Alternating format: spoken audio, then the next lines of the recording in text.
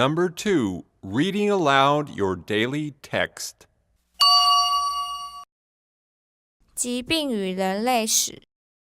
流行性疾病大大地影响了人类史，如黑死病造成了许多死亡。良好的卫生习惯与环境清洁减少了疾病所带来的影响。现今的研究与药物借由疫苗与抗生素的使用，大大地战胜了疾病，但新的疾病仍对社会有所冲击。Hi everybody, and welcome back to the second part of our lesson. It's reading time, not silent reading, but reading aloud. Read aloud so that you can practice your reading, speaking, and pronunciation all at the same time. Now we have an advanced level article, a little bit tricky, a little bit difficult. It's called Disease and Human History. I will read it aloud first, and you can listen along for the proper pronunciation. Then it will be your turn to read it aloud. Here we go. Disease has always played a big part in human history. The most common diseases of the past were infectious, which meant they could spread from person to person, sometimes killing entire populations. When an infectious disease spreads quickly over a large area, it is classified as an epidemic. For centuries, people feared epidemics more than they feared war. When an epidemic spreads out of control and covers a large part of the globe, it becomes known as a pandemic. One of the worst pandemics in history was the Black Death, which swept through Central Asia and Europe in the Middle Ages. The Black Death was caused by a disease known as bubonic plague. People who suffered from bubonic plague developed swellings on their skin called buboes. Today, we know that the plague originated in rats and was transmitted by fleas.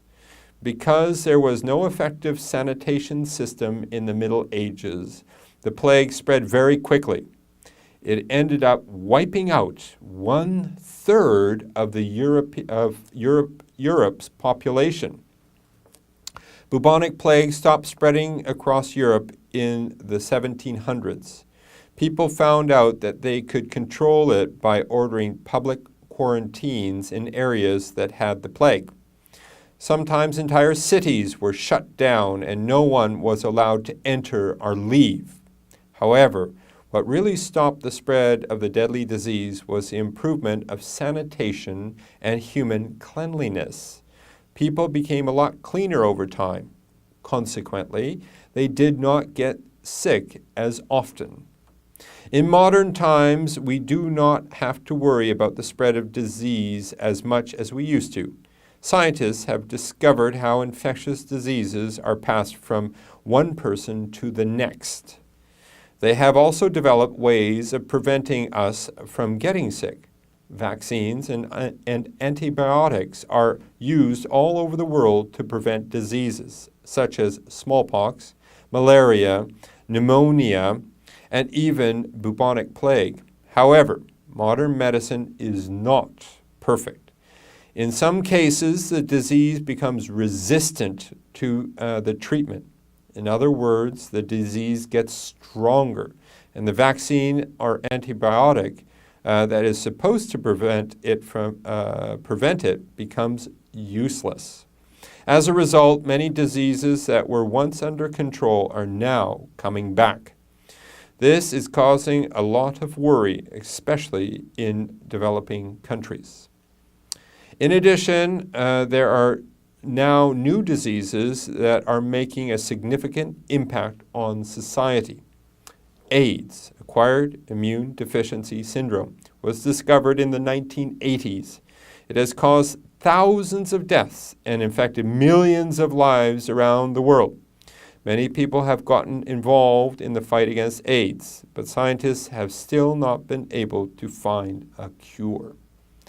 That's it for our reading, an advanced lesson, a little bit tricky, talking about how disease has affected human beings.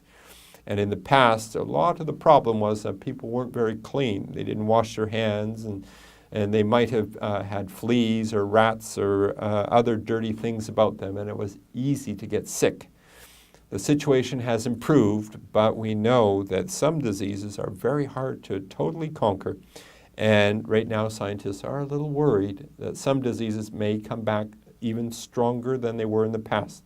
And our medicines, vaccines, and antibiotics will not be able to help us. So please stay healthy and do not misuse your medicines. Now that's it for our article today. It's your turn. Time for you to read this article aloud and have a little bit of fun. If you don't have time to read it all, read at least maybe 2 or 3 paragraphs. Every little bit will help with your reading, pronunciation, and speaking skills. That's it for this part of the lesson. Let's go on to the next part.